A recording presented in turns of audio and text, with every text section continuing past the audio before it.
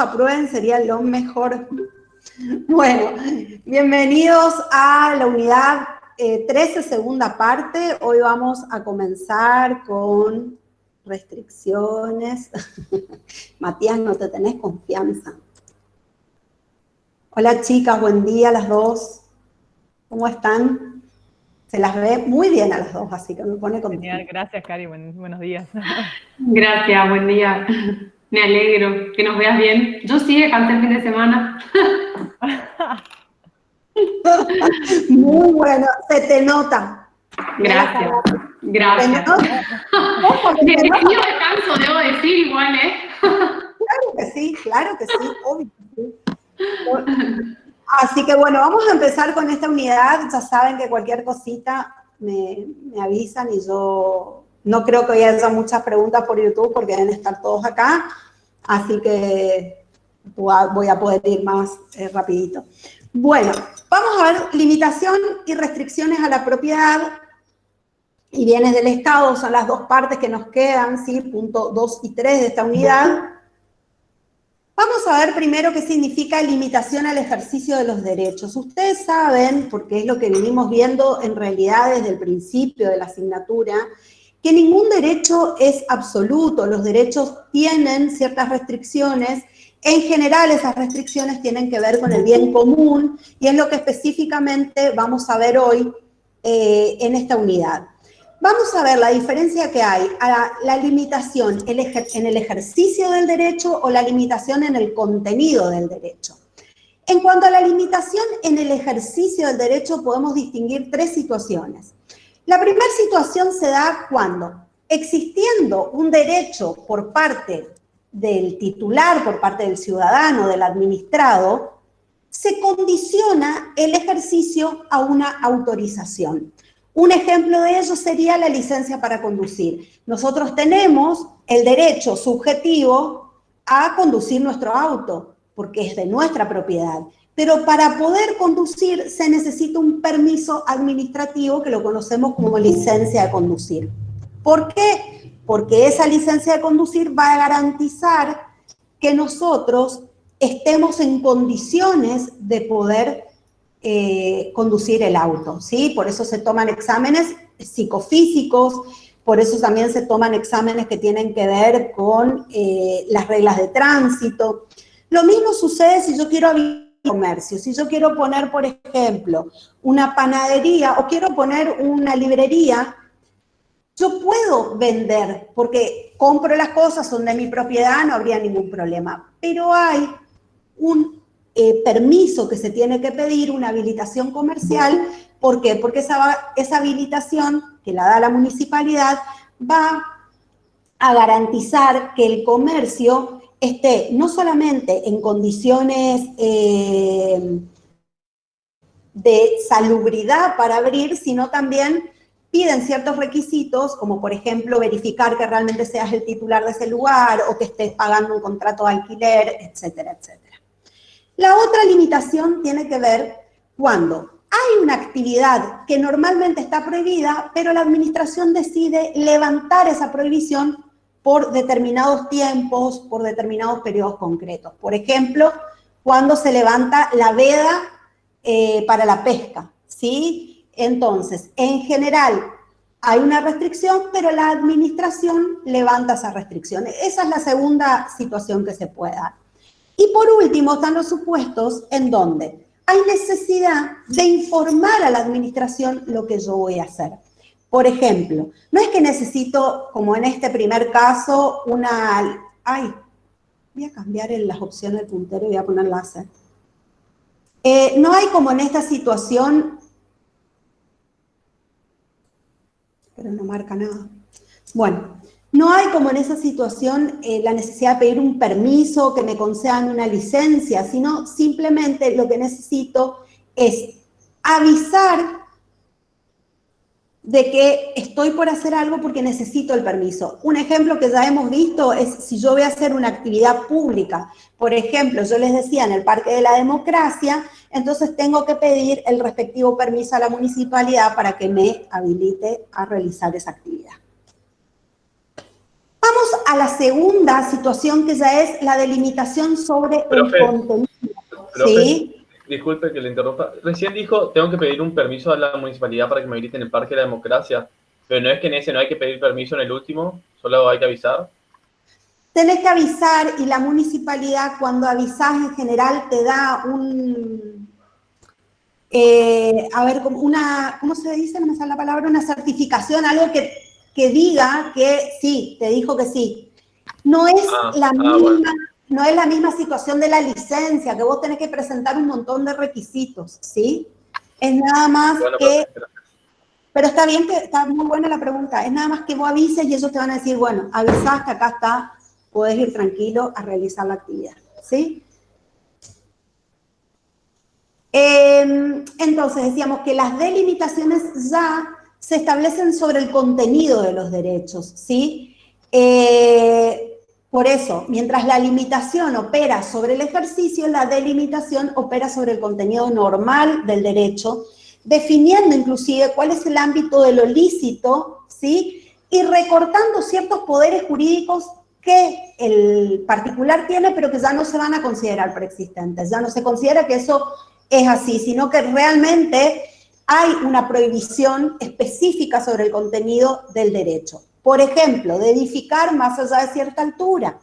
La edificación de más allá de cierta altura tiene que ver también con la zona donde se va a edificar. Por eso hay zonas de edificios, zonas de country, zonas de casas, ¿sí? O la prohibición, por ejemplo, de construir determinado tipo de comercio en lugares determinados.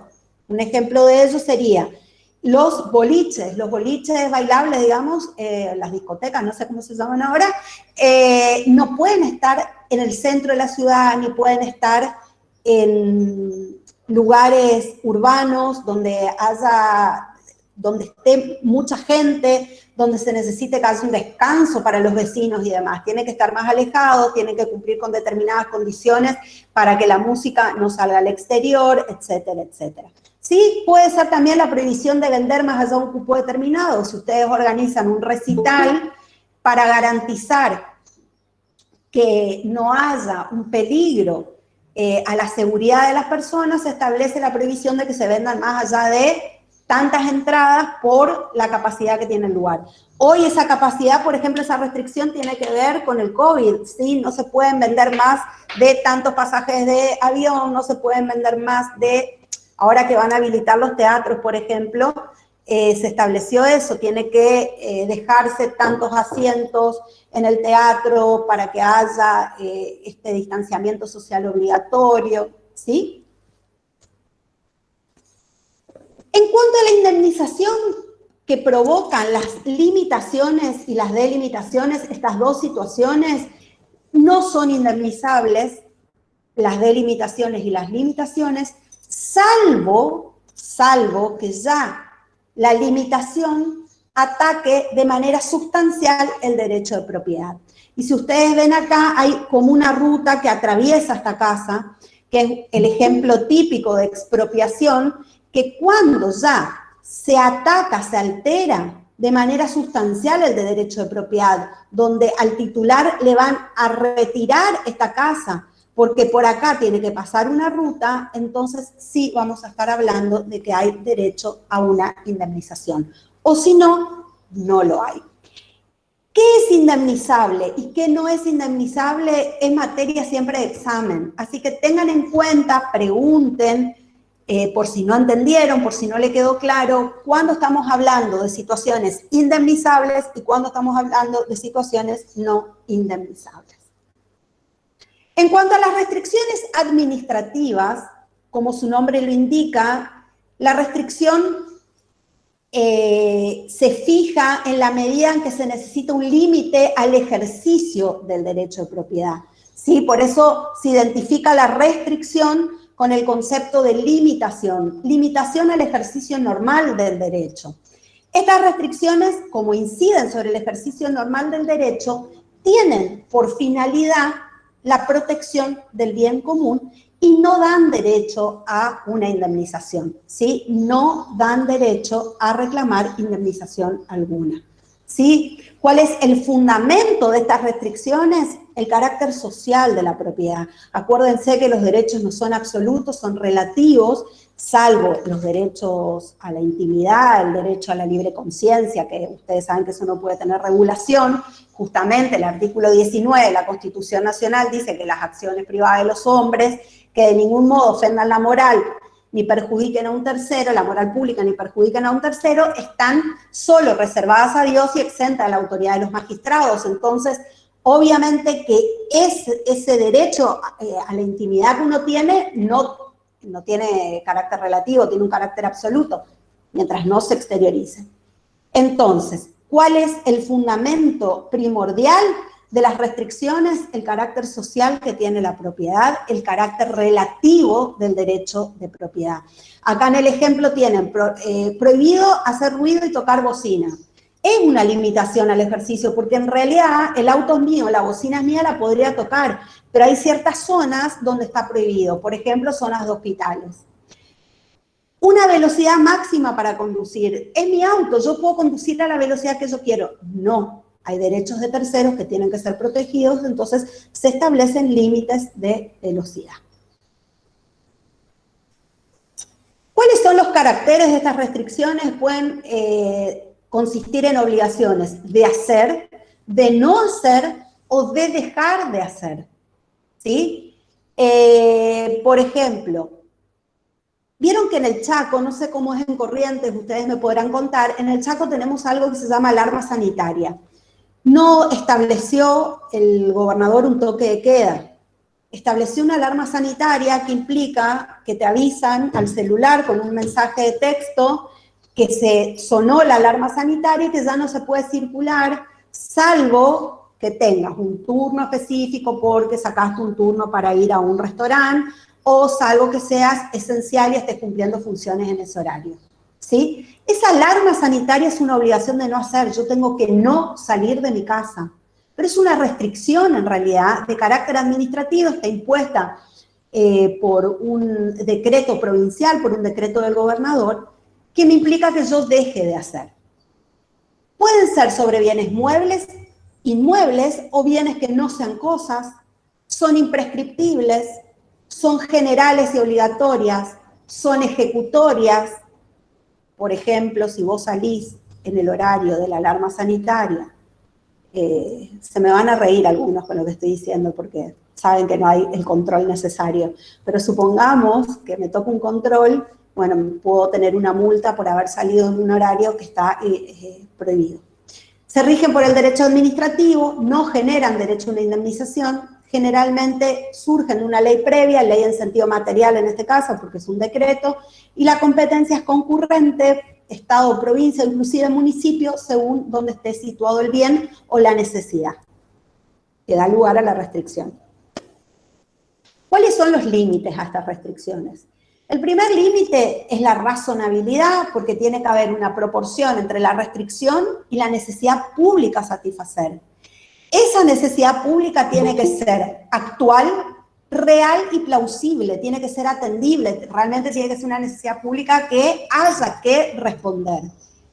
No desintegra, altere o desmembre el derecho de propiedad, sino debe alterar el derecho de propiedad porque ya no estaríamos ante una restricción, sino que estaríamos ante una delimitación y ya entraríamos en otra figura jurídica. La restricción tiene que ser válida en cuanto a su forma, es decir, tiene que ser dictada por órgano competente.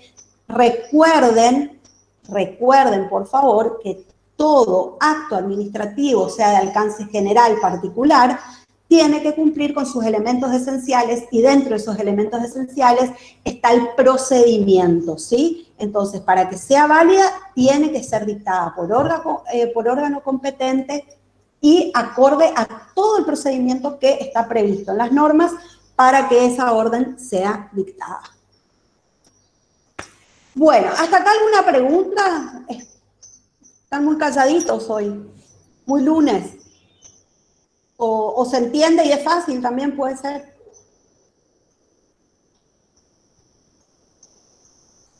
Se entiende, profe. Bárbaro, buenísimo, gracias. Bueno, vamos a empezar con la primera delimitación, que es la servidumbre administrativa. Ustedes, esto ya lo han visto en Fundamentos de Derecho Civil y Comercial, que es el derecho de servidumbre, el derecho real de servidumbre, ¿sí? Que se establece entre dos inmuebles y concede al titular del fondo dominante determinada utilidad sobre un inmueble ajeno, ¿sí? Inclusive esa utilidad podría ser de mero recreo. ¿Se acuerdan la servidumbre como derecho real o no?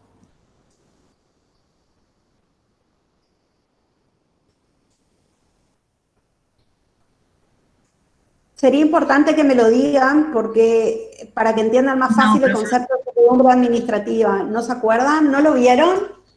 ¿O no se acuerdan nomás? No, No, profe. profe. No, sí lo vimos, profe, pero no. Dale. Les pregunto la diferencia si no lo vieron y no se acuerdan, porque si lo vieron pero no se acuerdan, es más fácil. Porque en algún momento, cuando yo empiece a hablar, ustedes lo van a poder entender sin ningún problema.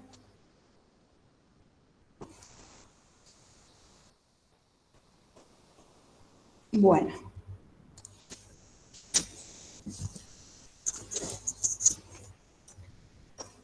Abrí un Jam para explicar esto. A ver si me sale. Porque la capa de los Jam es excelente. Hace Jam divinos. Un día nos tenés que dar una clase de Jam, Aye. Mirá si yo A la te cátedra. tanta voz de Jam y de esto, si sos una genia. No, no, yo intento No, copiarlo a no, no. ustedes. Bueno, pero a los otros, Daye.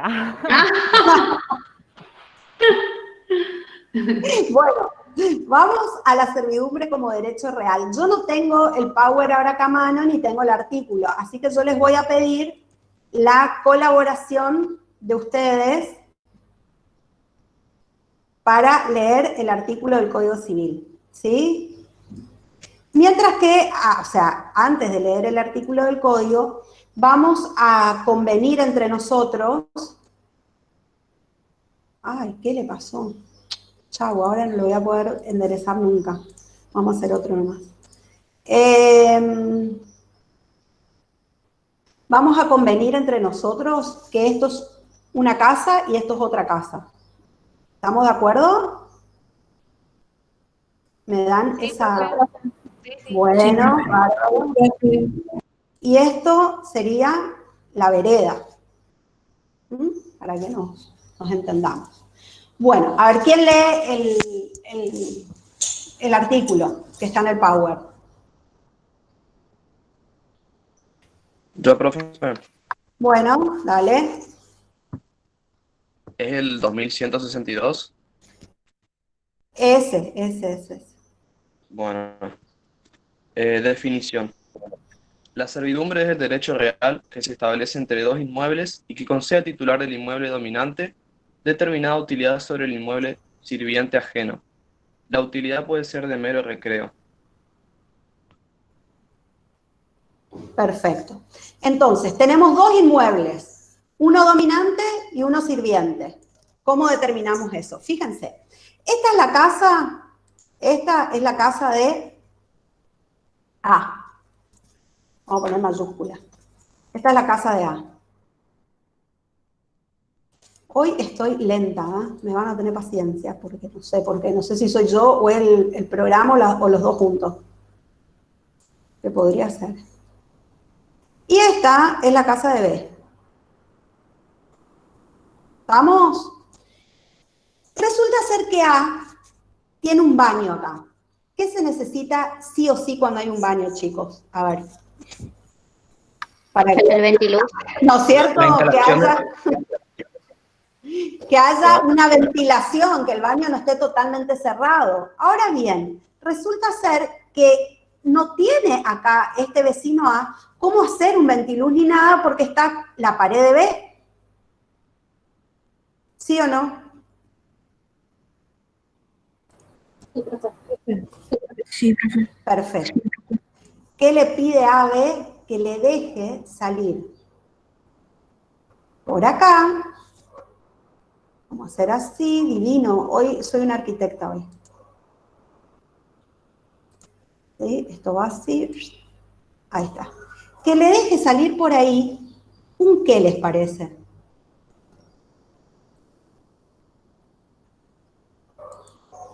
Así. ¿Un respiradero? Un respiradero, que es lo que uno ve como una chimenea, ¿no es cierto?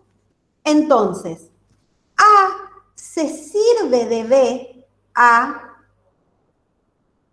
se sirve de B, porque B le es útil para poder sacar por su espacio una chimenea. ¿Por qué? Porque por alguna razón, por la construcción, el tipo de construcción que A tiene, no puede hacer la chimenea ni para arriba ni para el costado, sino que necesita sacarle y resulta ser que por la altura B no tiene problema porque la saca por afuera sin ningún drama. Esto se llama servidumbre de derecho real, es una servidumbre de derecho privado, donde hay un fondo dominante. ¿Por qué dominante? Porque es el fondo que tiene la necesidad, y este se llama fondo sirviente porque es el fondo que tiene la utilidad, es el fondo que va a servir para que A pueda solucionar su problema. Entonces, en esto vemos cómo se da perfectamente el derecho de servidumbre, el derecho real de servidumbre del derecho privado. ¿Se entendió?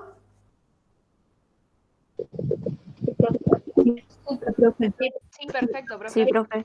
Bueno. ¿Qué Profe, diferencia hay con el derecho? Sí. sería, el B tendría que pedir un permiso a la para hacer eso. El A le tiene que pedir permiso al B para hacer eso. Claro, El el A A es el que necesita el B. No solamente se pide un permiso, sino que se paga. Profe, ¿y eso es solo para las chimeneas que dijo o también para el baño que había preguntado hoy? Pues la chimenea es para el baño. La chimenea es el respiradero del baño. Ah, claro, claro. Puede ser cualquier situación en la que un fondo, en la que un inmueble, fondo es inmueble, ¿sí? El territorio, donde está la situación.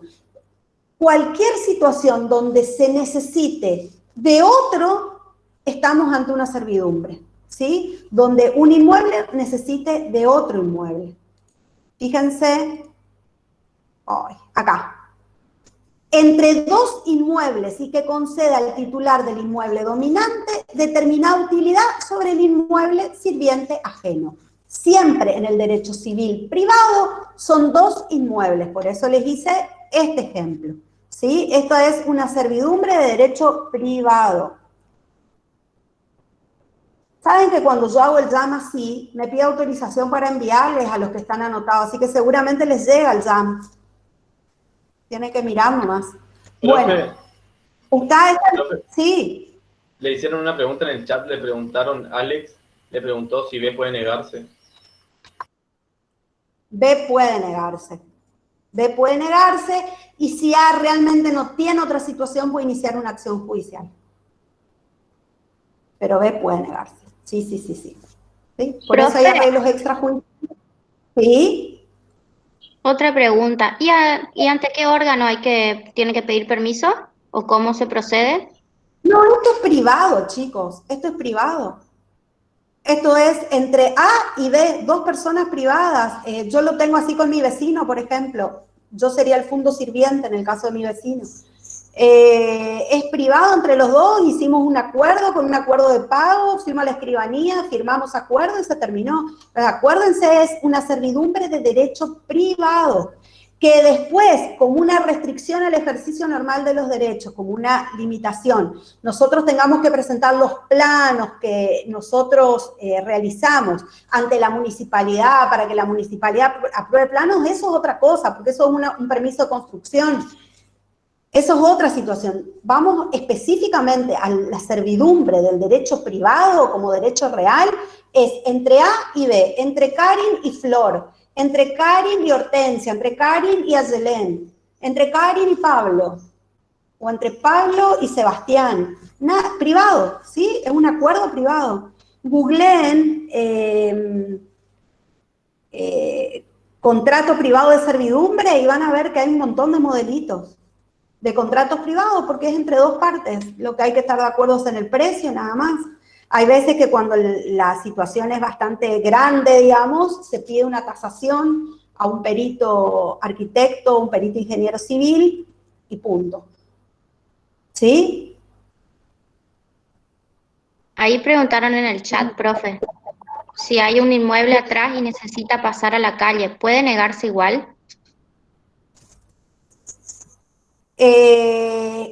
Negarse, las personas se niegan, se pueden negar.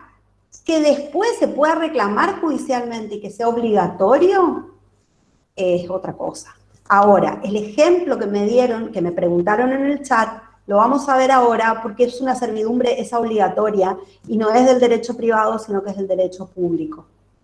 Cuando hay un camino público y el inmueble está encerrado, hay una obligación de dejar salida a ese camino público. Y es una obligación de servidumbre de derecho administrativa. De hecho, es el único ejemplo donde no es indemnizable la servidumbre. Gracias, profe. ¿Puedo seguir? Profe, Sí. en el grupo preguntaron quién determina el valor y qué significa de mero recreo. No, yo no entendí, chicas. Si alguien, porque tengo mal el sonido. Pregunta quién determina el valor. ¿El valor? Sí. ¿En la servidumbre de derecho privado? Sí. Las partes que pueden pedir algún perito. Y preguntaron después qué significa de mero recreo. ¿Qué significa qué? De mero recreo, Karim. ¿Qué significa de mero recreo? Eso preguntaron. Ah, de mero, para divertirte, de mero recreo. Porque vos querés hacer una terraza para mirar el sol. No hay una necesidad real como el baño que necesita un respiradero. Y le pedís a tu vecino que te deje construir la terraza y esa terraza, como es saliente así para afuera, puedes llegar a utilizar un pedacito del patio del vecino. Y como es privado, como es de derecho privado y hay autonomía de la voluntad de las personas, ustedes saben que los contratos de derecho privado rige el principio de autonomía de la voluntad. Entonces yo le digo a mi vecino, no hay problema, sacá nomás tu balcón para afuera, pero es de mero recreo, de mero que quiere, de solamente para divertirse, para esparcirse, para tener una vista más linda, una cosa así. Eso significa.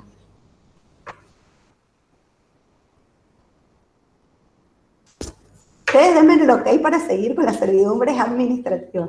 Sí, dice que gracias, profe, ahí. De nada. Bueno, ay, se levantó Newton. Bueno, vamos con las servidumbres administrativas, ¿sí? Vamos a ir a otro ejemplo, que ya es el tema que nos toca a nosotros, servidumbre administrativa. Bueno. En cuanto a la servidumbre administrativa, espérenme un segundito.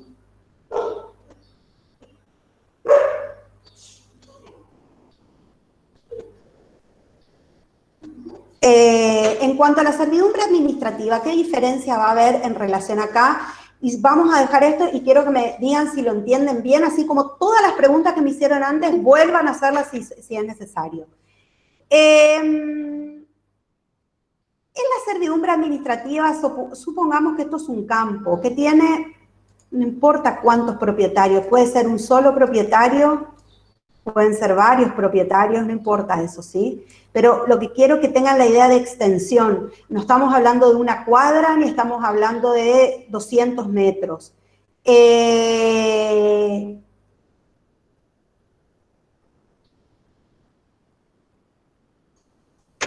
Estamos hablando de kilómetros, ¿sí? Bastantes kilómetros. Supongamos entonces que esto es un campo y resulta ser que a lo largo, al extenso, todo el extenso de estos kilómetros, el Estado necesita establecer una línea de tendido eléctrico. Y la línea de tendido eléctrico no puede estar en la ruta, tiene que estar, obviamente, no puede estar sobre la ruta, porque sobre la ruta pasan los autos, tiene que estar a la vera del camino, y generalmente esa vera del camino No es sobre la ruta, sino que es un poquito más adentro porque hay determinadas, no solamente restricciones, sino que determinados requisitos para construir que establecen que se debe construir de tal manera, tantos metros, etcétera, etcétera. La cuestión es que tiene el Estado que utilizar este espacio para poder establecer el tendido eléctrico, que es lo que uno cuando va en la ruta mira al costadito y ve las grandes torres de tendido eléctrico. Entonces, ¿qué hace el Estado? Toma el uso de este espacio para poder establecer esas redes eléctricas. A eso se les llama servidumbre administrativa. ¿Qué diferencia hay con esto? Varias. Primero, la utilidad siempre es pública, no hay acá una situación privada. La utilidad siempre es pública. Esa es la primera diferencia. La segunda diferencia, no hay un fondo sirviente y un fondo dominante. Hay fondos sirvientes y la utilidad pública que establece el Estado a través de una ley que declara que esa porción tiene que ser utilizada para un fin público. La tercera diferencia, todas las servidumbres, excepto la del Camino de Sirga, conllevan una indemnización. ¿Por qué? Porque la servidumbre atenta contra el uso exclusivo, que es un carácter, ustedes lo tuvieron que ver en Fundamento de Derecho Civil y Comercial, y lo vimos también en la unidad 4, es uno de los caracteres esenciales del derecho de propiedad, que es la exclusividad. Atenta a la exclusividad. ¿Por qué? Porque cada uno de los dueños de estos terrenos, sobre este pedacito, no va a poder tener uso. ¿Por qué? Porque el uso lo tiene el Estado. ¿Se entendió? Sí, profe. Muy bien. Entonces, la servidumbre administrativa es un derecho real constituido, como lo dice acá. Ay, perdón, que estoy así, no puedo marcar.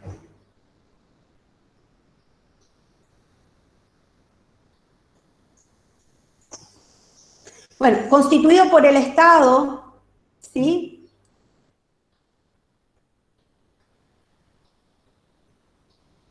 O una persona de derecho público sobre un inmueble privado o sobre un inmueble de dominio privado del Estado, sea nacional, provincial o municipal, con la finalidad de servir a un uso público o caracterizado por la utilidad pública. Y acá estaba el dibujito de lo que les decía hoy, que es un tendido de redes eléctricas.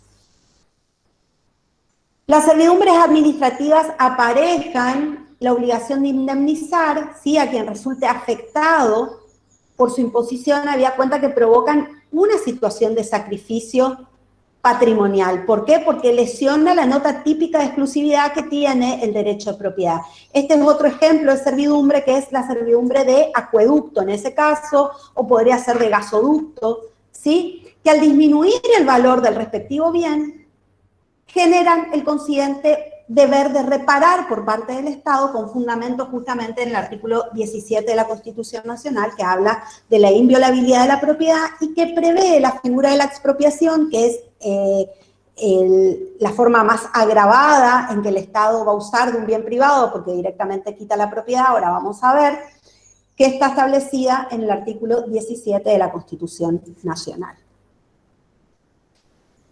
¿Cuáles son los caracteres de las servidumbres? El beneficiario es una entidad pública, ¿sí?, pero los concesionarios de servicios públicos privatizados también pueden hacer servidumbres.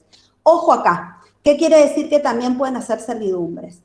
Quiere decir que si yo tengo un concesionario de una obra pública y ese concesionario de obra pública necesita utilizar de los bienes privados o de los bienes públicos de dominio privado del Estado, como establece la ley, el concesionario debe requerir al Estado que el Estado por ley establezca la servidumbre. No es que como un privado puede ir y establecer la servidumbre. ¿sí? Si hay un concesionario, ese concesionario debe hacer la solicitud al Estado y el Estado es quien establece por ley la utilidad pública de ese lugar y la necesidad de establecer la servidumbre. Debe indemnizarse al dueño del fondo sirviente. Es por su esencia onerosa, ¿sí? Ya que constituye una forma atenuada de expropiación. Hay una porción de ese inmueble que va a quedar inutilizado. Inclusive, cuando se establece una servidumbre y por las características de la servidumbre queda inutilizado todo el lugar, el particular tiene derecho a exigir una expropiación. Lo vamos a ver ahora. El dueño sigue siendo propietario de la cosa, ¿sí? Pero va a tener la obligación de dejar hacer al Estado, quien va a tener el uso y goce de la porción del bien sobre la que se establece la servidumbre. Las servidumbres administrativas son personales, por eso no constituyen, no están reguladas dentro de lo que es el derecho real, porque la servidumbre del derecho privado es real, recae sobre el inmueble. Las servidumbres administrativas son personales, se constituyen sobre un fondo, es decir, sobre un inmueble, pero para servir a una entidad pública y a un fin público. No está para beneficiar a otro fondo, está para beneficiar a una utilidad pública. Y no existe necesariamente, como decíamos hoy, no existe el concepto de predio dominante y predio sirviente, ¿sí? Hay siempre un predio sirviente porque hay siempre un predio que es el que sirve, el que tiene la utilidad, pero del otro lado se encuentra la utilidad pública o servicio público que requiere el Estado. Profe, disculpe. ¿Vale? Yo le quería preguntar cuál era el caso en el que no conllevaba indemnización. Ahora lo vemos, ahora lo vemos. Ah, bueno, gracias. El acto de creación es por ley, por ejemplo, ustedes pueden googlear la ley provincial 3749, esas del Chaco, crea la servidumbre administrativa de electroducto. Sí, la constitución sobre determinados previos y su notificación a los titulares siempre se hace ya por acto administrativo, porque recuerden que una vez que está la ley, después viene la aplicación de esa ley, y la ejecución de la ley la hace el Poder Ejecutivo a través de reglamentos, como lo vimos en la unidad 12, y como lo vimos en la unidad 8. Se extinguen, ya sea porque se terminó la necesidad, ¿sí? De que esa servidumbre continúe, ya no está la necesidad en general, las servidumbres en general duran para siempre, excepto, por ejemplo, que haya un cambio, qué sé yo, pasaba por el inmueble, el tendido eléctrico y por alguna situación de que se cambian los cables o se cambian las torres y demás, eligen otro lugar de paso por una modernización o por lo que sea, entonces ahí se extingue, ¿sí? No hay necesidad de declaración legal ni judicial, se extingue solamente porque dejó de ser útil. Clases de servidumbre, esto pueden leerlo solitos, ¿sí? No me voy a detener esto. De tránsito, este es el que decíamos, cuando la servidumbre se hace entre dos fondos con el fin de transitar y siempre a cambio de una indemnización. Ojo que de tránsito solamente es cuando un fondo le pide a otro porque quiere salir a esa calle específica, a ese lugar específico, es decir, tiene otra salida el fondo. Pero, entonces, como quiere salir a una calle específica, eso sí lleva indemnización. ¿Cuándo no lleva indemnización? Cuando es un camino de sirga o ribereño, cuando los propietarios de fondo que limitan con ríos o canales que sirven de comunicación deben dejar una calle o camino público hasta 35 metros de la orilla del río. Este es el que no lleva indemnización. Yo me confundí con el otro. Ya les aviso que me confundí con el anterior. Este es el que no lleva indemnización.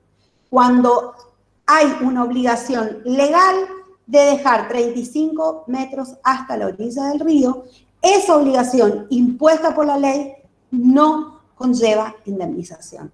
El resto lleva indemnización. ¿Sí? ¿Se entendió? Y este del tránsito lleva indemnización. Yo me confundí hoy, así que ustedes no se confundan, por favor, les pido.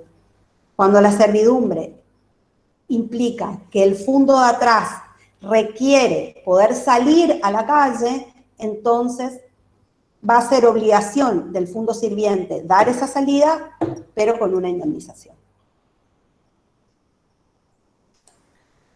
Karin, perdón, hay una pregunta en YouTube que te dice, ¿qué pasa, profe, si se niega al realizar la obra e igual se hace la obra? Si se niega a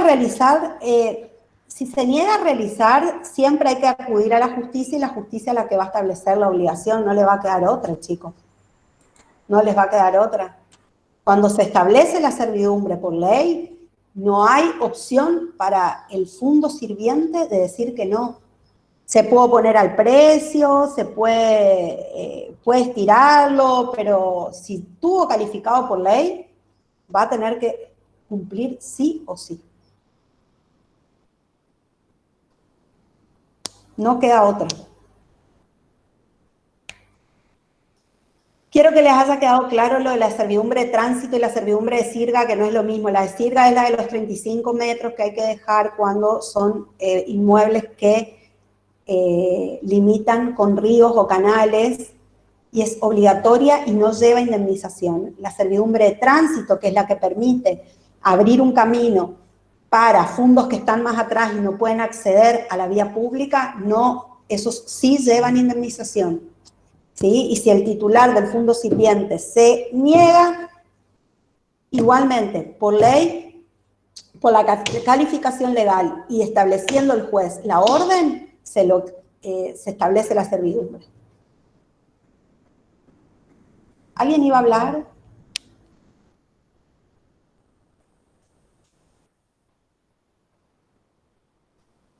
Bueno, ¿sigo?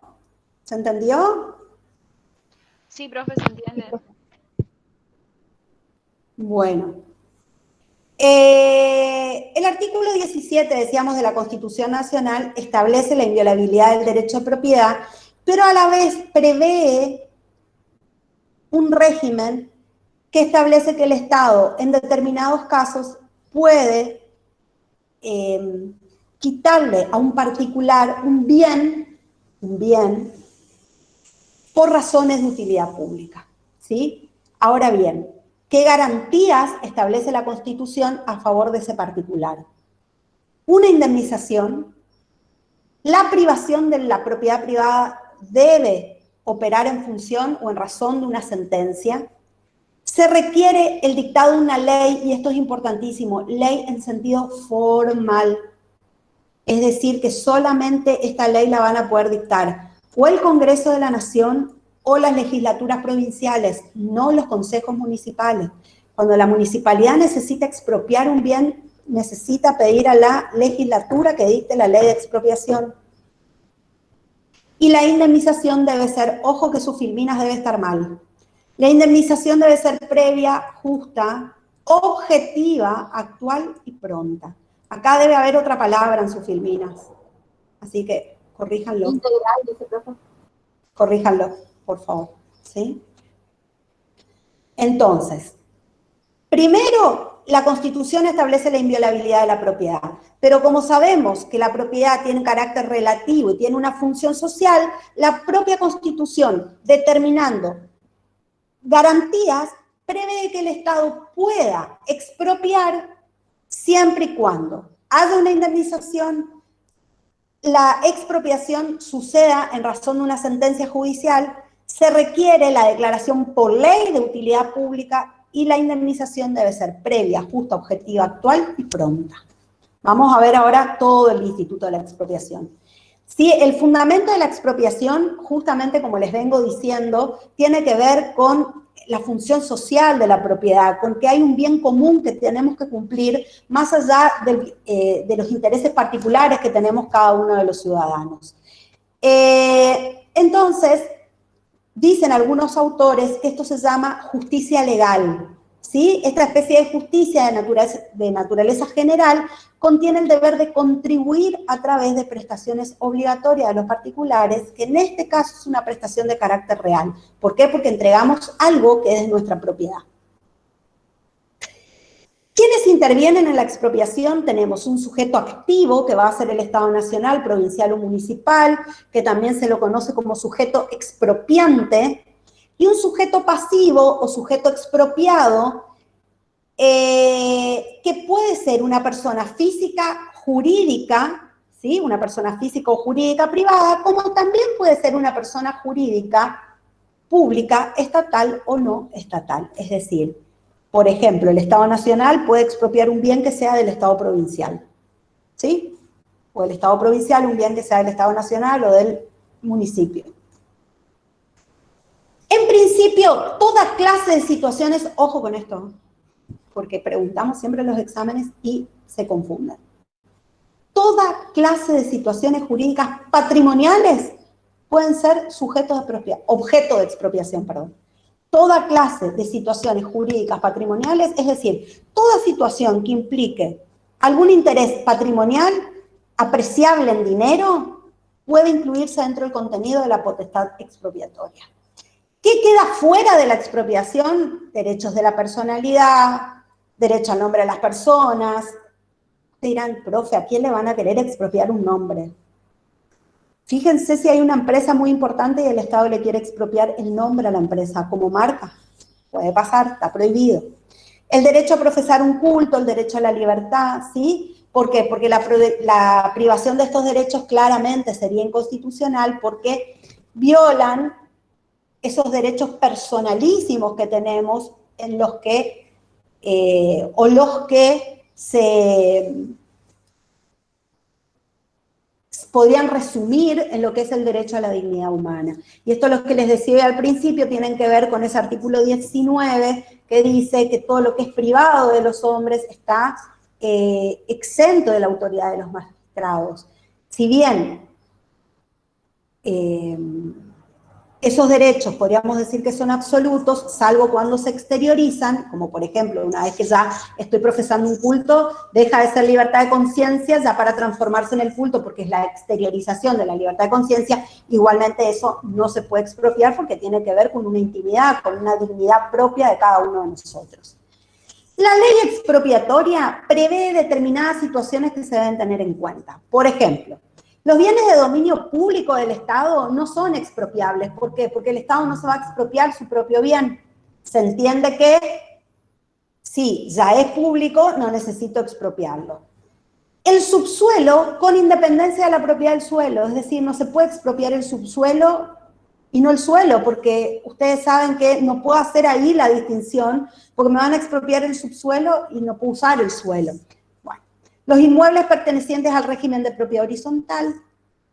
Y después establece que los objetos que resultan inadecuados para el propietario habilitan al dueño a exigir la expropiación total del inmueble. ¿Sí? ¿Cuándo? Si como consecuencia de una expropiación parcial, la parte que quedó sin expropiar no me sirve. O sea, me expropiaron un campo porque necesitaban que pase un camino. Pero solo me expropiaron 3/4 del campo, porque no necesitaban todo, pero el pedacito que me quedó no lo puedo explotar, ya no lo puedo usar, ni para hacer el pastoreo de los animales, ni para el cultivo. Entonces puedo exigir que me expropien todo, la totalidad del campo. Cuando se trata de un inmueble que pertenezca a una misma unidad orgánica, por ejemplo, un edificio de propiedad horizontal, y se afecte su estructura arquitectónica o su amplitud funcional. No puede el Estado expropiar una parte y no expropiar el todo. Ahí se puede exigir que el Estado expropie el todo para que ese edificio tenga el funcionamiento que tiene que tener. Son situaciones muy particulares, es para que ustedes más o menos tengan idea de qué se trata la expropiación. Esto no son cuestiones que les solemos preguntar de esta manera en el examen. Le podemos preguntar qué está exento de expropiación. Ustedes tienen que saber que los derechos personalísimos están exentos de expropiación. Sí entender que el sistema expropiatorio nuestro, al ser tan invasivo sobre las personas, porque una vez que se declara la utilidad pública, el expropiado no tiene opciones, puede pelear el precio, pero no la expropiación en sí misma, la propia ley prevé algunas garantías a favor del expropiado, como por ejemplo, una garantía importante es, si mi campo en un pedazo ha quedado inutilizado, entonces me tenés que expropiar todo, no me podés dejar un pedacito que a mí ya no me sirve, no lo puedo usar y he perdido sobre ello. Entonces, hay garantías a favor de los administrados. Eso es importantísimo que ustedes lo sepan. En cuanto al concepto legal de utilidad pública, ¿a qué llama la ley? La ley de expropiación es la 21499, donde van a encontrar la servidumbre, la expropiación y van a encontrar la ocupación temporánea.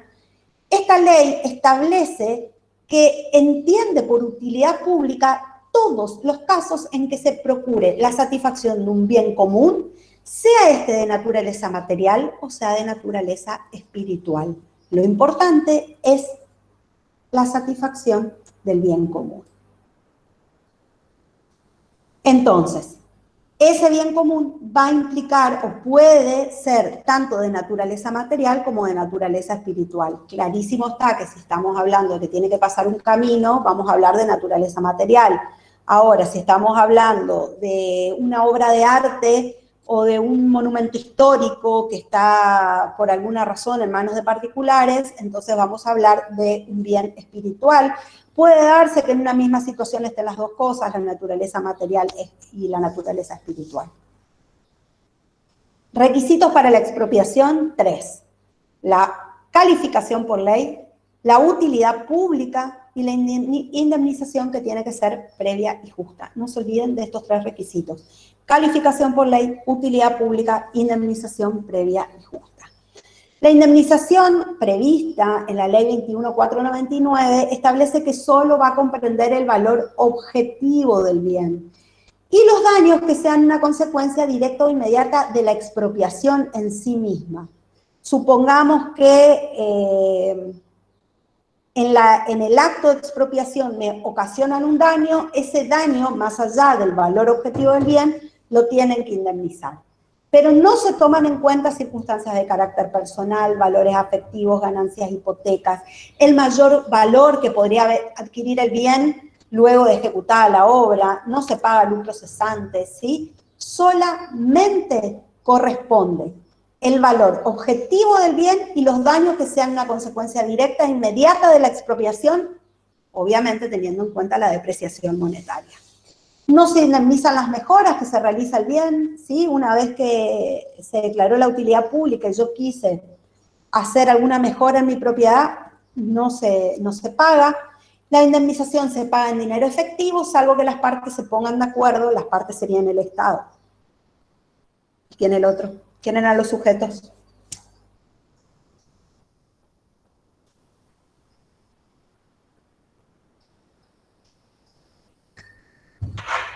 ¿La persona pública o privada? La parte expropiada, ¿sí? Salvo que el Estado y la parte expropiada se pongan de acuerdo. Bueno, declarada la utilidad pública, el expropiante puede adquirir del propietario. Una vez que se declara la utilidad pública, el Estado puede pagar. Y hoy preguntaron quién determina esos valores. Y yo les decía que cuando es privado, cuando estamos hablando de cuestiones privadas, las partes determinan esos valores. Pero cuando estamos hablando de la expropiación, si es un bien inmueble, si es un bien inmueble el que se va a expropiar, interviene el Tribunal Nacional de Tasaciones. Si es un bien mueble, entonces oficinas técnicas competentes para cada caso, depende de qué tipo de bien se trate, ¿sí? Por ejemplo, si estamos hablando de acciones, si se van a expropiar acciones de una empresa, y bueno, vamos a tener que ir a un organismo, por ejemplo, la Bolsa de Valores, alguien que determine específicamente cuál va a ser el valor de esas acciones. No habiendo avenimiento, ¿qué es avenimiento? Es el acuerdo extrajudicial que sucede entre expropiante y expropiado. ¿Sí? El avenimiento es esa puesta de acuerdo entre las dos partes sobre el valor de la expropiación. Ahora bien, no habiendo acuerdo, ¿sí?, acerca del valor de los bienes que no sean inmuebles, sin perjuicio en la intervención de las oficinas técnicas, puede sustanciarse una prueba pericial. ¿Qué significa esto? Puede pedirse a un perito en el juicio de expropiación, se puede reclamar a un perito que el perito sea el que haga la tasación, es decir, el valor de aquello que se va a expropiar. ¿Cómo es el procedimiento extrajudicial? El artículo 13 de la ley prevé el avenimiento o cesión amistosa, por eso avenimiento es un acuerdo entre ambas partes, entre expropiante y expropiado. En el caso de bienes inmuebles se establece que los valores se van a incrementar en un 10% con la facilidad de justamente llegar a ese acuerdo. Ahora bien, llegado al acuerdo se pide la homologación judicial de ese acuerdo, por eso hoy veíamos en la pirámide dibujada que decía que siempre tiene que haber una sentencia judicial. ¿Qué es la homologación?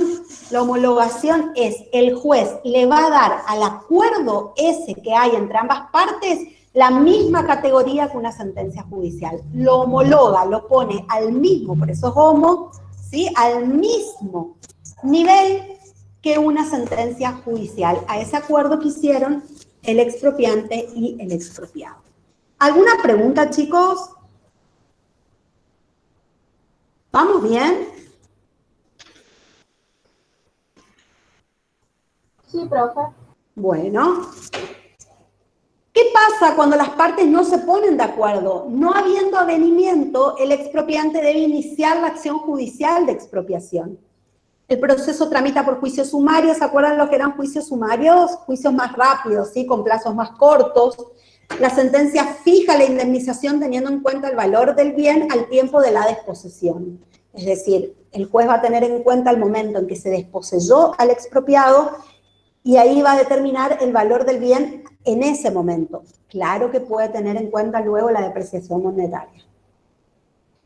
El proceso judicial está previsto en los artículos 18-32 de la ley de expropiatoria, ¿sí? La litis, es decir, el juicio, se anota en el registro de la propiedad. ¿Por qué? Porque acuérdense que ustedes vieron esto en Fundamentos de Derecho Civil. ¿Cuál es el objetivo que tiene el registro de la propiedad? ¿Cuál es el fin que tiene el registro de la propiedad?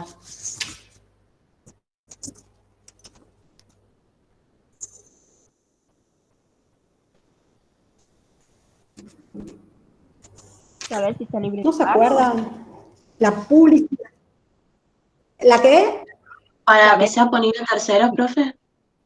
La publicidad de los actos, la publicidad. Supongamos que yo me quiero ir a comprar un campo y la persona que va a ser expropiada me dice, mira, te lo vendo, no hay ningún problema. Y resulta ser que lo compro y al otro día me sale la expropiación.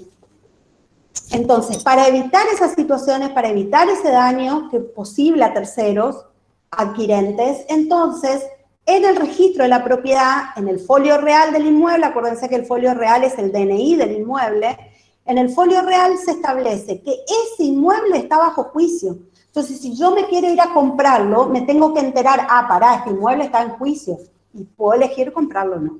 Entonces, para publicidad, la litis, el juicio, se anota en el registro de la propiedad, ¿sí? Y una vez que se anota, desde ese momento el bien queda indisponible e inembargable. Indisponible no se lo puede vender, inembargable no se lo pueden quitar a esa persona por alguna deuda que tenga, ¿sí? Recuerden que el patrimonio es la garantía común de los acreedores, entonces si el expropiado tenía alguna deuda, tiene acreedores y los acreedores se quieren cobrar de ese inmueble, una vez anotada la litis, no pueden cobrarse de ese inmueble, ¿sí? La acción del expropiado para exigir el pago de la indemnización prescribe a los 5 años computados desde el momento en que el monto quedó con carácter firme y definitivo. Entonces, ojo que hay una prescripción de 5 años para poder reclamar al Estado si el Estado no ha pagado.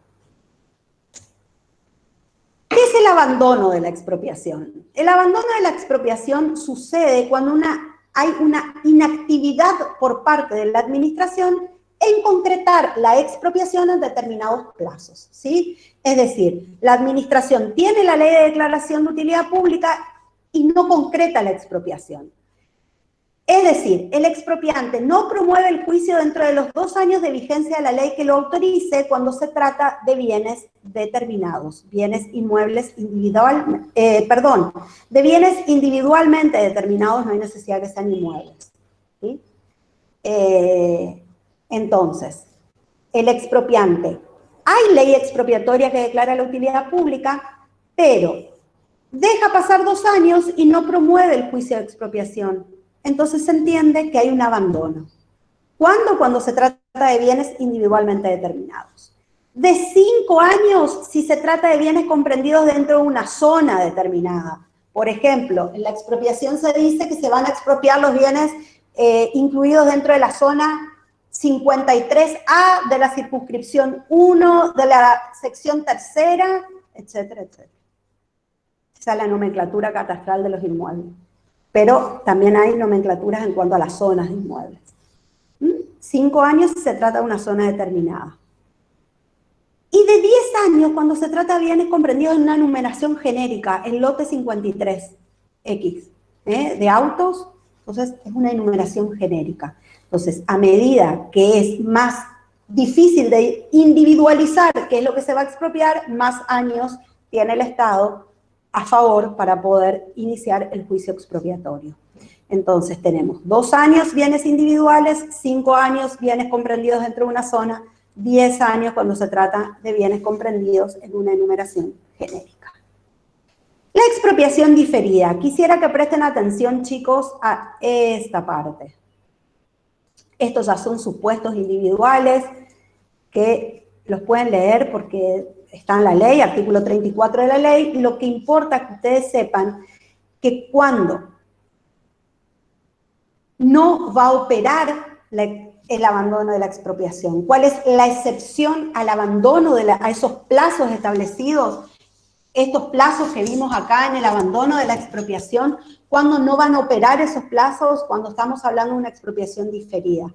Dice el artículo 34, las disposiciones contenidas en el primer párrafo del artículo anterior, es decir, del artículo 33, no serán aplicables en los casos de reserva de inmuebles para obras o planes de ejecución diferida calificados por ley formal.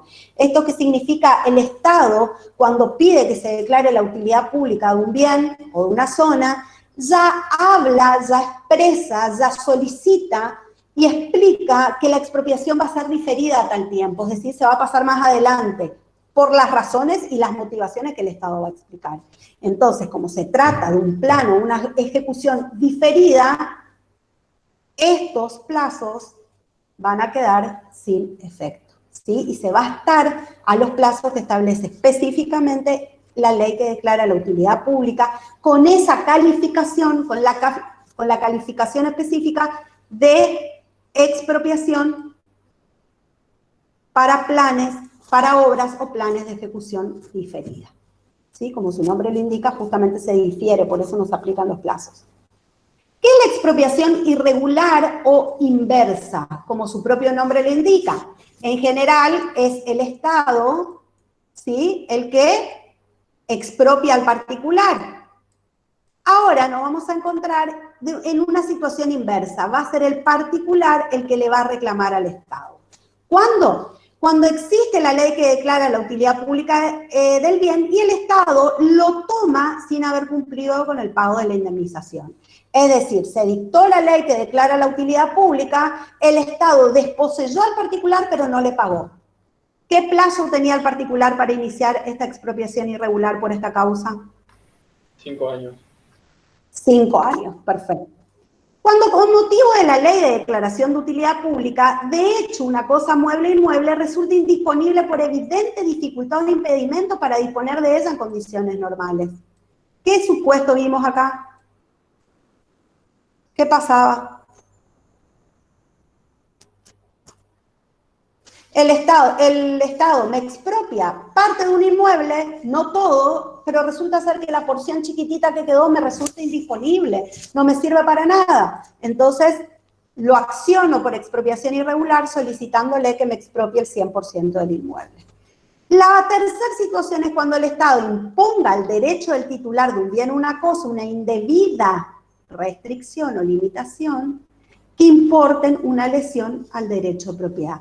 ¿Por qué una indebida restricción? Porque no es una restricción que yo por ley la tenga que soportar. Entonces, al imponerme esa restricción que no tengo por qué soportarla, tengo derecho a reclamar la indemnización.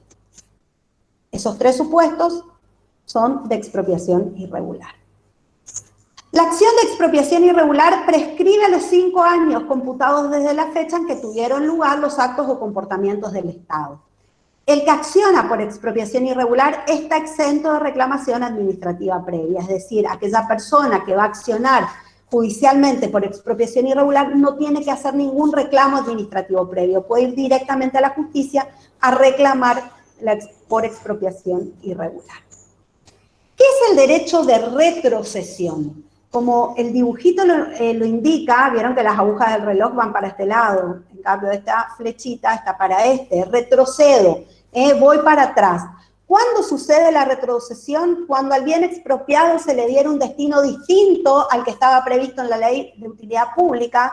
Entonces yo, como expropiado, tengo derecho a reclamar al Estado y decirle, devuélvame mi bien, porque usted no lo está utilizando para lo que fue declarado la utilidad pública. Y entendamos que por ahí ese bien para mí tenía un valor espiritual, un valor familiar, y yo lo quiero recuperar. O cuando directamente no se le dé ningún destino en un lapso de 2 años. ¿Qué sucedió acá? Un abandono de la expropiación por parte del Estado, entonces el particular tiene derecho a pedir la retrocesión. Para que la retrocesión sea procedente, quien acciona por retrocesión, es decir, el expropiado, dentro del plazo que va a fijar la sentencia debe devolver, reintegrar el valor de lo que le pagaron, si es que le pagaron, con la actualización correspondiente. Y si el bien hubiese disminuido de valor por actos del expropiante, esa disminución va a ser deducida del valor que tiene que reintegrar, ¿sí? Bueno, si el bien hubiera aumentado de valor por mejoras necesarias o útiles, el expropiado debe reintegrar ese valor al Estado, y si el bien hubiera aumentado de valor por causas naturales, ese valor no puede ser exigido, ¿sí? Si el bien por causas naturales hubiera disminuido de valor, el monto de esa disminución no sucede tampoco del valor que tiene que reintegrar el accionante. Lo importante de esto, chicos, es que para que la retrocesión suceda, tiene que haberse dado que el bien expropiado se le diera un destino diferente al previsto en la calificación de utilidad pública, o bien no se le da ningún destino. La ocupación temporánea. ¿Alguna pregunta de expropiación?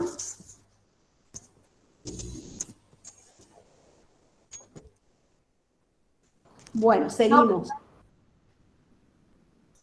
Buenísimo. La ocupación temporánea, como su nombre lo indica,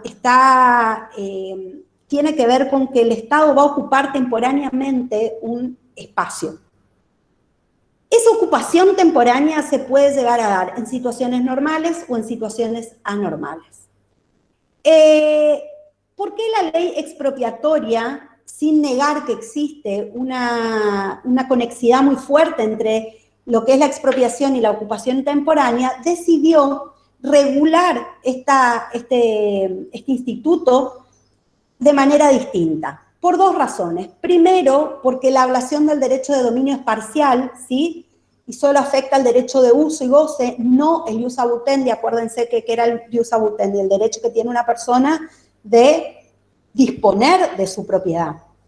Entonces, si bien por un momento, por un plazo, el titular del derecho queda desposeído, esa desposesión es temporánea, es parcial, ¿sí? Va a llegar un punto donde se termina la ocupación temporánea y yo vuelvo a tener mi inmueble. Esa ablación, mi inmueble o mi mueble, esa ablación posee además el carácter de transitorio, ¿sí? Medido en forma temporal según el grado o espacio de afectación del bien ocupado al destino de utilidad pública. Por ejemplo, antes de empezar a ver la regulación de la ocupación temporánea, actualmente, yo les di ya este ejemplo, el Estado ocupa temporáneamente ciertos centros privados, clubes, o por ejemplo, centro de convenciones Gala, acá en Resistencia, para tener camas previstas para las personas que no pueden hacer un aislamiento en sus casas por las características de su casa que no se pueden aislar y tienen COVID. Entonces, esas personas pueden ir a internarse voluntariamente a estos lugares, ¿sí? El Estado está ocupando temporariamente esos lugares. Una vez que termine la situación sanitaria, el lugar vuelve a sus condiciones normales de uso para el particular. Cuando por razones de utilidad pública fuese necesario el uso transitorio de un bien o cosas determinadas, que pueden ser muebles o inmuebles, o una universalidad determinada de ellas, podrá recurrirse a la ocupación temporánea. La ocupación temporánea puede responder a una necesidad normal, urgente, imperiosa o súbita, o una necesidad normal no inminente. ¿Sí? Pueden darse las dos situaciones. Puede ser algo urgente, como pasó con lo del COVID, o puede ser una situación normal que el Estado necesita ocupar de determinada cosa privada, pero que después la va a devolver. La ocupación temporánea normal debe tener sí o sí una previa declaración legal de utilidad pública. En cambio, la normal puede ser dispuesta directamente por autoridad administrativa, es decir, por decreto del Poder Ejecutivo. La normal podrá establecerse por avenimiento, ¿sí? O deberá ser establecida por autoridad judicial a requerimiento de la administración pública, si es que no hay avenimiento entre las partes. La normal no da lugar a indemnización alguna, salvo la reparación de daños o deterioros. Es decir, la ocupación que la provincia del Chaco está haciendo en este momento de el Hotel Amerian, de la parte de convenciones del Hotel Amerian, no le da derecho al hotel a una indemnización. Ahora, si en esa ocupación el Estado daña las instalaciones, ese daño sí es reparable, ¿sí? La ocupación temporánea normal apareja indemnización. Ojo acá, por eso les decía, miren qué institutos sí, cuáles no. La ocupación temporánea normal apareja indemnización, siendo aplicables las reglas, subsidiariamente las reglas de la expropiación. En cambio, ninguna ocupación temporánea normal lleva indemnización, no da lugar a indemnización. Y ninguna ocupación temporánea normal tendrá un plazo de duración mayor a aquel que estrictamente tenga que ver con la satisfacción de la necesidad que se intenta cumplir. Es decir, terminada la emergencia sanitaria del COVID, tenemos que sacar todo lo que el Estado provincial tiene que sacar todo lo que puso en el centro de convenciones. Otra figura, ¿se entendió la ocupación temporánea? Sí, profe. Bueno, no estoy acostumbrada a que estén tan callados.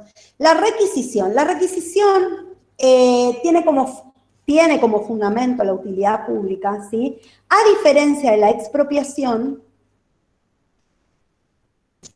es una medida que tiene alcance general, no tiene un alcance particular. Pues la expropiación es un sujeto expropiado y un sujeto expropiante. En la requisición tenemos el Estado y por el otro lado tenemos la satisfacción del interés general. En general, la requisición militar hace posible la ejecución coactiva del Estado, ¿sí?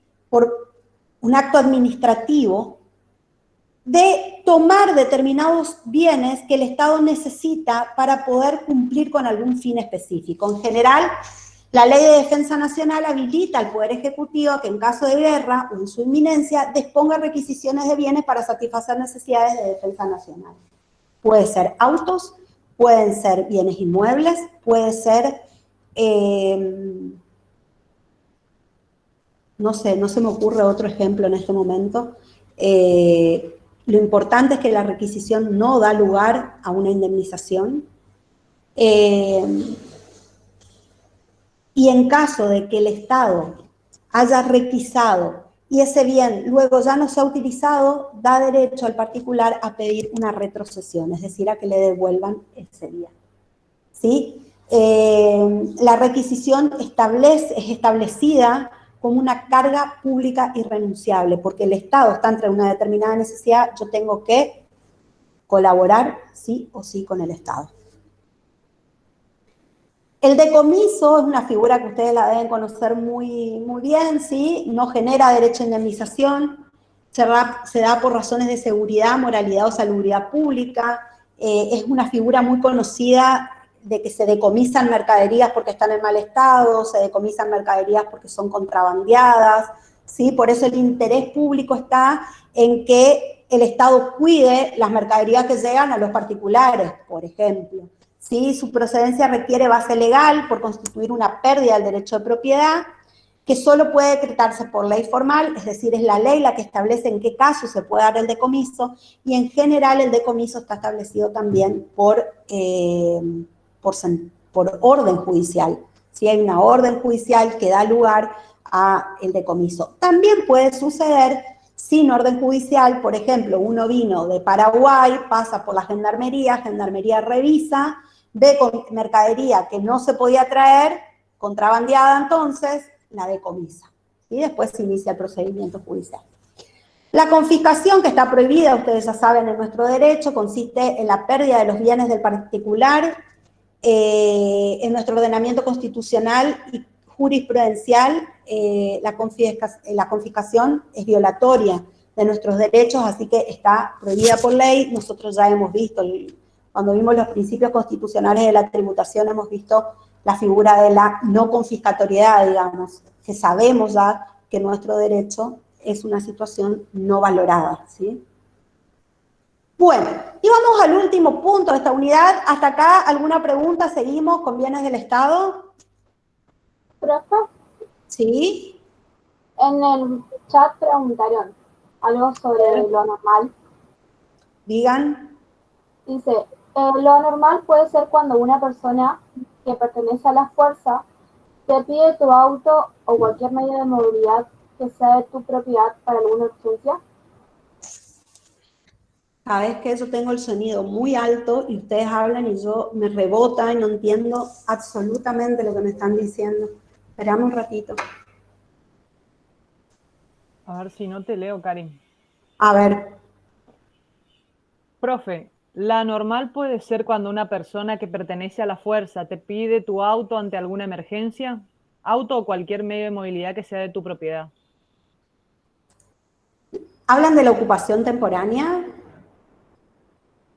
No, estaban hablando de... Sí, profe. Sí, profe. No era la... A ver. La ocupación temporánea normal se da cuando hay una situación de necesidad urgente por parte del Estado, pero tiene que ser una situación general de necesidad. Si la policía te saca el auto porque está corriendo a un ladrón, por ejemplo, y podríamos hablar ya de una figura de requisa, quizá.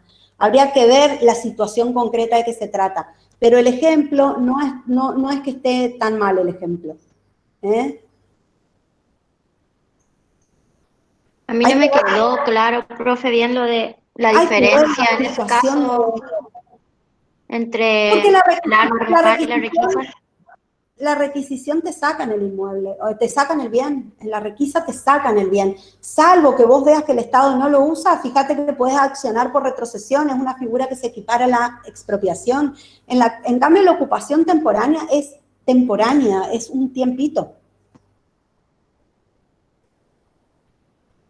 ¿Sí, Flor? ¿Cómo sería la requisición? Sí, la requisa. En la requisición te sacan el bien, te lo sacan directamente, ¿sí? En la requisición. En cambio, la ocupación temporánea es parcial, porque el bien va a volver a vos. En la requisición, para que el bien vuelva a vos tenés que accionar por retrocesión. Son dos situaciones. La requisición es más equiparable a la expropiación en ese sentido, porque vos te quedás sin tu bien. ¿Me entendiste? Bueno. Sí, profe, gracias. Profe, sí. Pero yo con requisición entiendo como que te buscan algo, como en la cárcel cuando te requisan, digamos. Esto Sí. que no es en ese sentido la palabra requisición. ¿Y qué pasa cuando en la cárcel te requisan y te encuentran, por ejemplo, vos sos un ladrón Sí, que te está lo sacan, preso? te lo sacan. Eso es. Te lo sacan. Bueno, gracias, profe. Está bien lo que estabas pensando, te lo sacan. Por eso en la requisa te sacan el bien. Puede ser por razones de urgencia, o en el caso de la requisa que vos estás hablando, Pablo, es una requisa que se hace normalmente en la cárcel. Mi mamá que está escuchando, seguramente si podría participar con nosotros, mi mamá trabajó en la alcaidía mucho tiempo, nos podría contar las veces que ella presenció requisas y las cosas que venía horrorizada que encontraba en las requisas. Ella decía, no puedo creer cómo hacen para meter eso adentro, qué bárbaro, qué rápido. Una vez inclusive le hicieron a ella, mi mamá fumaba mucho, y le sacaron un paquete de cigarrillos sin que ella se dé cuenta, por ejemplo. Claro, para uno no es común, ¿no es cierto? Pero está muy bien el ejemplo que trajiste, Pablo. Bueno, gracias, profe. ¿Alguna otra consulta? Acá lo que sí les quiero aclarar para que no quede sin contestar, acá cuando hablaba La normal puede ser cuando una persona que pertenece a la fuerza te pide tu auto ante una emergencia. Si te pide el auto ante una emergencia, te lo devuelve, vamos a estar hablando de una ocupación temporánea, ¿sí? Anormal. Y en ese caso no requerís, no te van a dar una indemnización salvo que haya dañado el auto, para que quede claro. Ahora, si te lo sacan y directamente no te lo devuelven, entonces, en ese caso estamos hablando de una requisición. ¿Sí? La requisición no lleva indemnización. Gracias, profe. Sí va a llevar indemnización si hay algún daño X aparte, pero no la requisición en sí misma. El daño es lo que provoca la indemnización. Bueno, ¿sigo? Creo que contesté las preguntas del chat porque también me preguntaban lo de la indemnización. En el chat de YouTube no hay ninguna duda. Yo voy preguntando por ahí si a medida que van avanzando, si tienen algo que necesiten más explicación, pero van bien. Está un poquito igual, Karin. Quédate tranquila. No, nada. Bueno, vamos con el último punto entonces que viene del Estado, ¿sí?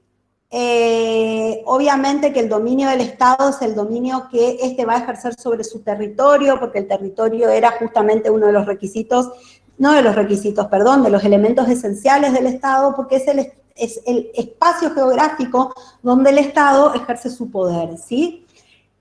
Los bienes del Estado son el conjunto de bienes de todas clases y de derechos patrimoniales de que dispone el Estado y que se encuentran de manera directa o indirecta al servicio del fin primordial del Estado, que es la satisfacción del bien común.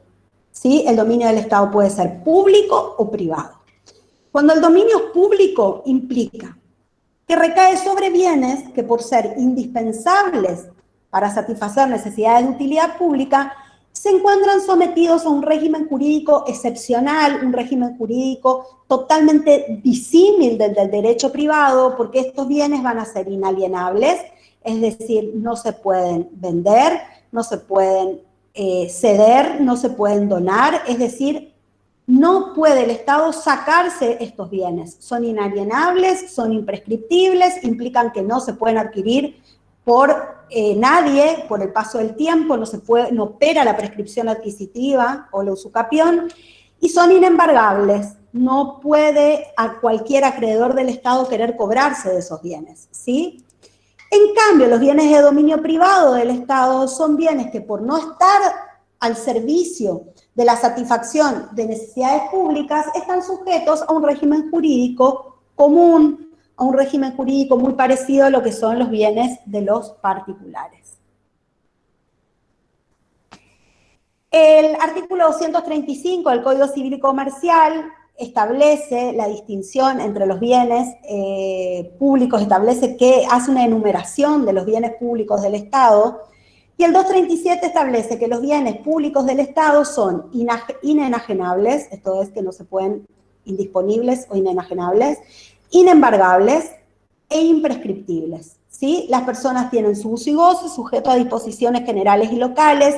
Muchas veces necesitamos permisos de uso para poder utilizar los bienes públicos del Estado, otras no. Pero estos bienes públicos del Estado pueden ser usados por nosotros, pero no pueden ser abusados por nosotros. Yo puedo ir a pasear a la plaza libremente, pero no me puedo quedar a vivir en la plaza, ¿sí? Hay un derecho de uso, pero como todo derecho tiene sus límites. Los caracteres, la inalienabilidad, ¿sí? La cualidad inalienable es, como les decía, inalienables no pueden salir del patrimonio del Estado, se pueden sacar, por eso no se pueden enajenar, son inenajenables del patrimonio por ningún medio, ni venta, ni donación, ni cesión. Imprescriptibles, no son susceptibles de ser adquiridos por usucapión, ¿sí? Por la prescripción adquisitiva. Inembargables, como les dije ya, no son sujetos de embargo, es decir, no entran dentro de lo que se consideran la garantía común de los acreedores. Y gratuidad, su uso es gratuito para todos los ciudadanos. En cuanto a los bienes de dominio privado del Estado, son bienes ya que están sujetos a otro régimen, un régimen de propiedad muy parecido al del derecho privado, ¿sí? pero la enajenación de estos bienes va a estar regulada por el derecho administrativo, tienen un régimen de derecho público en ese sentido. Los bienes privados del Estado son prescriptibles, son embargables, salvo aquellos que están afectados al servicio público específicamente, pero si no son embargables, y son enajenables, es decir, que pueden ser vendidos siempre y cuando se cumplan con ciertas exigencias que tiene las leyes administrativas para la venta de estos bienes. Según Dromi, las cosas serán de dominio público o de dominio privado según el destino o el uso que se hagan de estas cosas. Entonces él dice, serán de dominio público cuando esté afectado al uso público, como por ejemplo parques, plazas, carreteras, puentes. En cambio, van a ser de dominio privado cuando el uso está destinado a usos específicos del Estado, como por ejemplo la Fragata Libertad. Los bienes de dominio público son el conjunto de bienes de una persona pública afectados al uso de toda la comunidad y lo caracterizan 4 elementos. El sujeto titular del bien, que es el Estado, las cosas que integran estos bienes de dominio público pueden ser muebles, salvo las cosas fungibles o consumibles, porque por su propia característica, ustedes saben que al consumirse no podemos utilizarlas. Bienes inmuebles y sus accesorios o bienes inmateriales, como por ejemplo el espacio aéreo, como por ejemplo la energía eléctrica. Que la energía eléctrica es un ejemplo de un bien inmaterial, no de un bien de dominio público del Estado, ¿sí? Porque la energía eléctrica entra dentro de lo que es un bien de dominio privado. ¿Por qué? Porque a ver, ¿cómo explico esto? ¿Para qué me metí en este lío? Yo sola nomás me metía. Y los derechos del Estado que también pueden integrar los bienes de dominio público. La energía eléctrica tiene la característica de que si bien le pertenece al Estado, hay un régimen especial donde la explotación de esa energía le pertenece a concesionarios o a particulares. ¿De dónde surge la energía eléctrica? Puede surgir de la energía eólica, puede surgir de la energía hidroeléctrica. Entonces, si bien Yacyretá no es el lugar físico le pertenece al Estado, la explotación que se hace de ese lugar, de esa hidroeléctrica, le pertenece a una empresa. No sé si me entendieron lo que quise decir. La finalidad debe ser de uso público y los bienes tienen que someterse a un régimen de derecho público a través de una ley del Congreso de la Nación, es decir, que si no son bienes que por naturaleza pertenecen al dominio público, como por ejemplo podemos decir un río que por naturaleza pertenece al dominio público, hay que afectar a través de una ley del Congreso los bienes al dominio público. Se afectan, esa es la palabra que tienen que aprenderse de memoria, se afectan los bienes al dominio público o se desafectan los bienes del dominio público a través de una ley del Congreso. Bueno, ¿me entendieron lo de la electricidad o les hice un lío?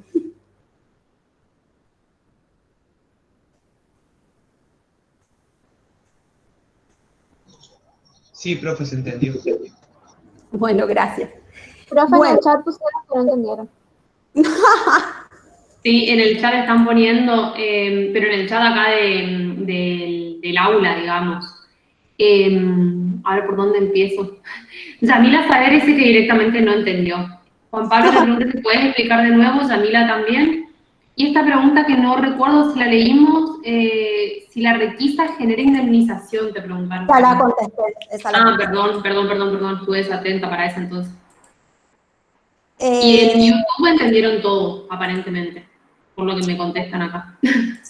Sigo con los de YouTube, entonces.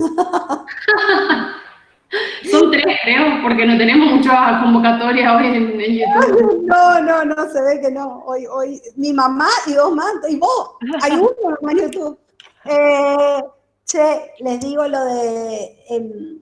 no importa lo de la energía eléctrica, chicos. Es un sistema, es un régimen especial que tiene nomás la energía eléctrica, porque una cosa es... lo que genera energía, que sería el agua, porque hay que poner, ¿de dónde sale la energía eléctrica? Lo llamaría César, en cualquier momento lo llamo. ¿De dónde surge la energía eléctrica? Del agua o del viento, por ejemplo, que es la forma en que se va a producir esa energía. Esos bienes pertenecen al Estado, pero lo que tiene que ver con la explotación de generar la energía y de distribuir la energía, le pertenece a empresas privadas, no podemos los particulares ir a usar nomás.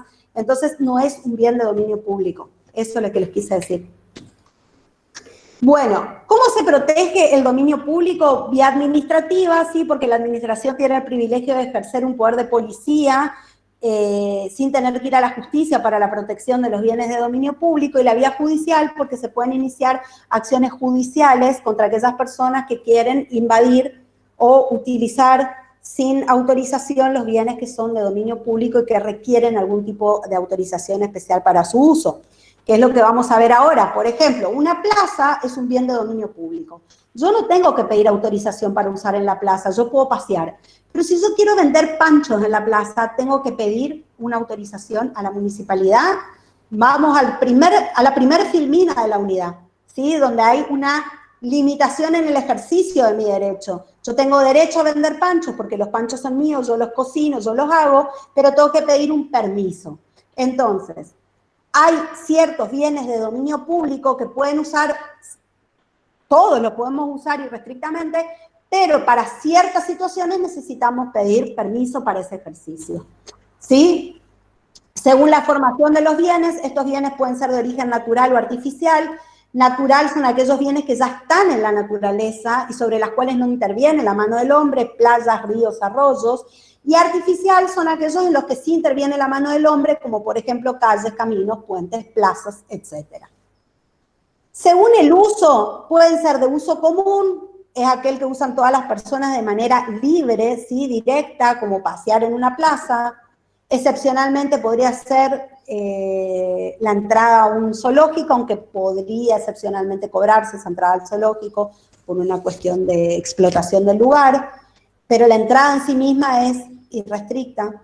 O de uso especial, que aquellos que pueden utilizarse solamente cuando se piden permisos al Estado o concesión de usos al Estado, según los requisitos que el propio Estado establece, dependiendo de lo que se trate. Por ejemplo, nosotros las carreteras las podemos usar, pero si hay un concesionario que está conservando esa carretera, como ustedes vieron ya el contrato de concesión de obra pública, que podía ser justamente de conservación de la obra, puede ser que a mí me exijan el pago de un peaje.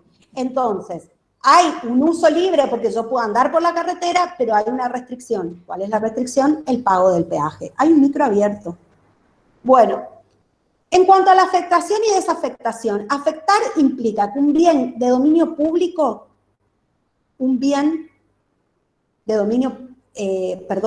afectar es determinar que un bien va a pasar a ser del dominio público. Es el acto legal por el cual se determina que un bien va a estar afectado al dominio público. Desafectar es el acto contrario. Es cuando saco del dominio público a un bien y lo paso a través de un acto administrativo al dominio privado. Para desafectar puedo utilizar un acto administrativo. Para afectar siempre lo tengo que hacer a través de una ley. Cuando hay una desafectación tácita, cuando los bienes de dominio público dejan de ser tales por causas de un hecho de la naturaleza o porque cambia su forma externa, ¿sí? Por ejemplo, un río por causas naturales o por la mano del hombre que se seca. Ese río se secó, entonces deja de ser un bien de dominio público y puede llegar a pasar al dominio privado del Estado, o hay que ver según cómo esté la zona, puede llegar a ser inclusive el dominio de un particular. Entonces, la afectación.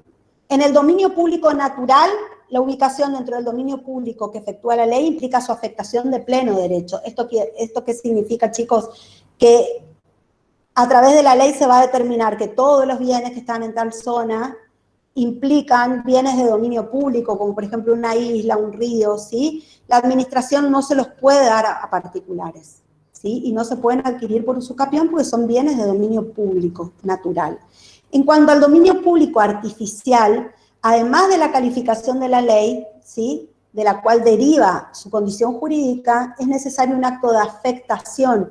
Se va a afectar su uso al dominio público, porque si no, ese bien se entiende que pertenece al dominio privado del Estado. ¿Alguna pregunta? ¿Fui muy rápido, los mareé? Nos queda la última unidad que va a ser el miércoles. Los mareé, no los mareé. ¿Están bien? A ver, leamos el chat acá.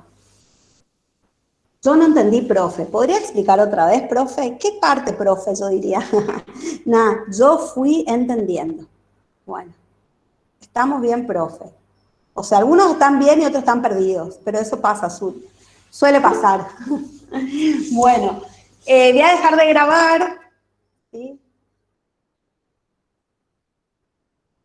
Detener la grabación.